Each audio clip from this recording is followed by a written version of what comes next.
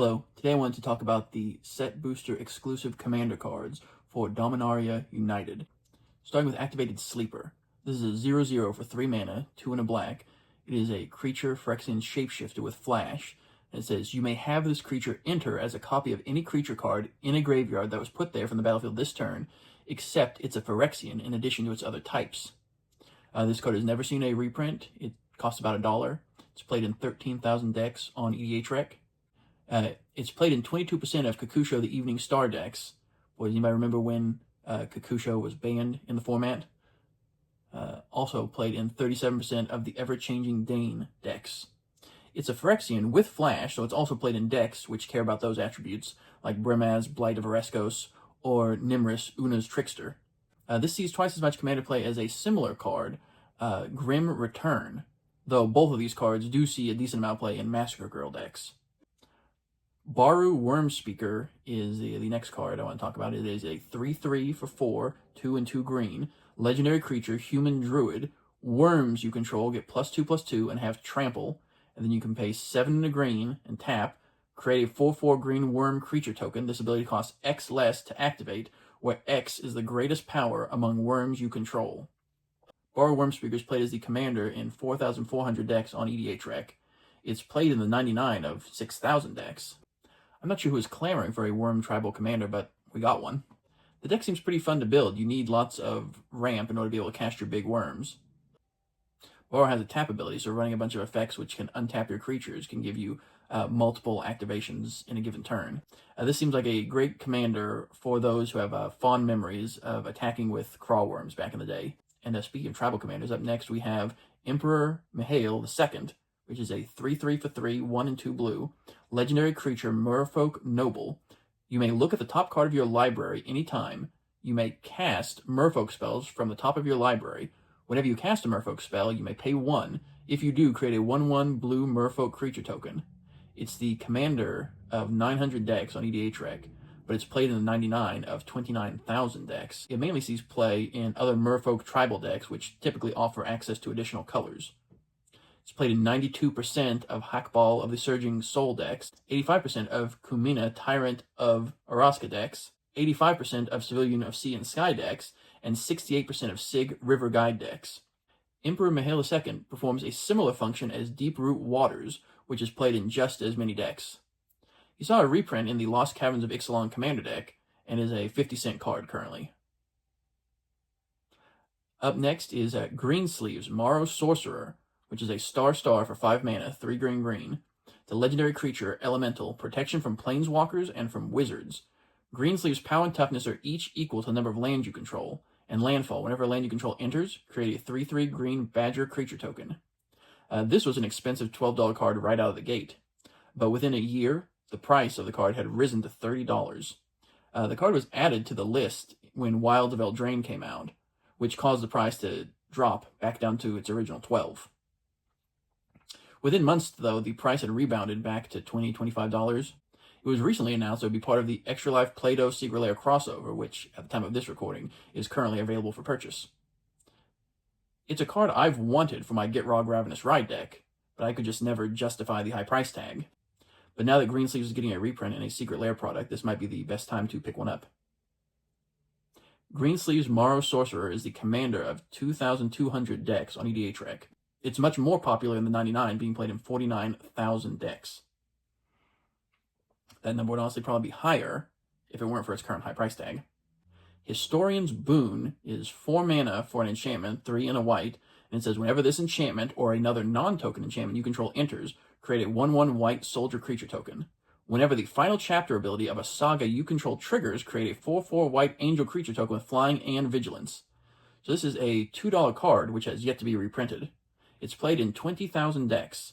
So if we compare with similar token generators off of playing enchantments, you see things like Ajani's Chosen is played in 35,000 decks. Archon of Sun's Grace is played in 105,000 decks.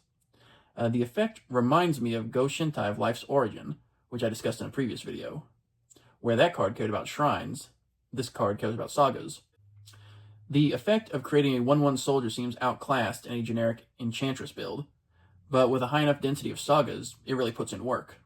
Historian's Boon is played in 58% of Tom Bombadil decks, 61% of Narcy Fablesinger decks, 62% of Sigurd Jarl of Ravensthorpe decks, and 73% of Satuki, the Living Lore decks. As sagas continue to see support, Historian's Boon will rise in value. Final Fantasy introduced lots of new sagas to the game. It's only played in 8% of Terra Magical Adept decks, which feels too low. Another white card I want to talk about is Rabarn Mercenaries, which is a 3/4 for 4 mana, 3 and a white. Creature human mercenary with vigilance. This creature has all activated abilities of all legendary creatures you control. It's played in 2,400 decks on EDHREC. It's never seen a reprint and costs less than 50 cents. There's more than 120 commanders out there with a tap ability, which have widened their color identity. So it seems worth considering in any of those decks. For comparison, Marvin Murderous Mimic copies all abilities, and it's a $3 card. It's played in the 99 of 70,000 decks. Clones, which can copy your commander, tend to command a pretty high price point. They also tend to have a mana value of 4. Rabarn Mercenaries also cost 4, and if your commander has a tap ability, then she clones the most important part. If you're in a blue-white deck and are already running clone effects like Spark Double or any of the Sakashima cards to double up on your commander's tap abilities, then you should probably try giving Rabarn Mercenaries a go in your deck. The next card I have here is Rosnak, Heir of Roga, is a 0/1 for 1 red, legendary creature, Kobold Warrior, has Battle Cry. Whenever this creature attacks, each other attacking creature gets +1/+1 until end of turn, and it has Heroic. Whenever you cast a spell that targets Rosnak, create a 0/1 red Kobold creature token named Kobolds of Care Keep. It's a 50-cent card. It is yet to see a reprint. It's played as a commander in 800 decks on EDHREC, but it's much more popular in the 99, where it's played in 5,800 decks. It's played in 88% of Roga, Care Keep, Overlord decks. When compared to the common card Akroan Crusader, I kind of wonder if Rosnak was worth a slot as a rare in the set booster exclusive commander cards. It just doesn't feel like it has a rare effect. Even with the Battle Cry, it just feels underwhelming. You're creating 0/1s as opposed to 1/1s. So I feel like they could have maybe done something to juice this up a little bit, make it feel a little more epic. The last card I want to talk about today really surprised me. It is the Mana Rig. It's a legendary artifact. Whenever you cast a multicolored spell, create a tapped Power Stone token.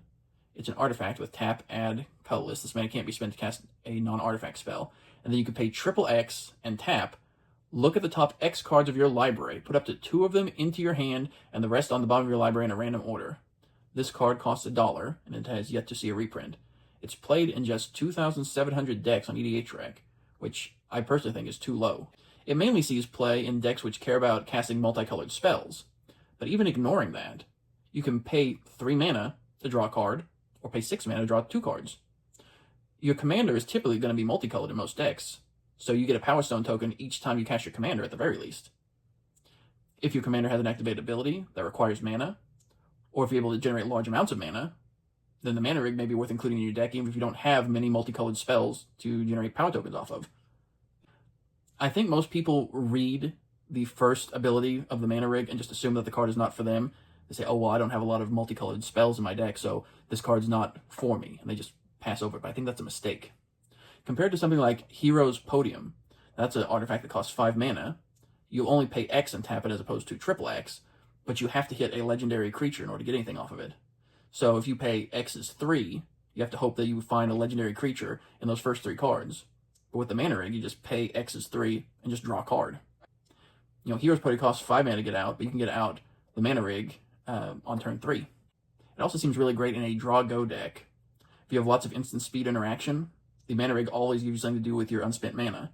If you're holding up mana for removal or counterspell or something like that, and a good target does not present itself, before your turn, you can just use the mana you didn't spend to draw a card off of the Mana Rig. And while you can only draw up to 2 cards, if you do get 9 mana, 12 mana, then you can still look at the top 4 and pick the best 2. So it continues to scale as the game goes on by giving you better and better card selection. I'm really considering running it in my Kaikar Zephyr Awakener deck. But that's it. Those are the set booster exclusive commander cards for Dominaria United. I hope that this video was informative. Please feel free to give it a like if you learned something new, and let me know in the comments if you're planning to add any of these cards to your decks. I'm definitely considering adding the Mana Rig to some of mine. But again, thank you very much. We're halfway through the set booster exclusive cards. There's 5 more sets to go over, and so I'll be back later with another one of those. But thank you very much. Take care. If you haven't already, be sure to subscribe so you don't miss a video, and we'll see you next time.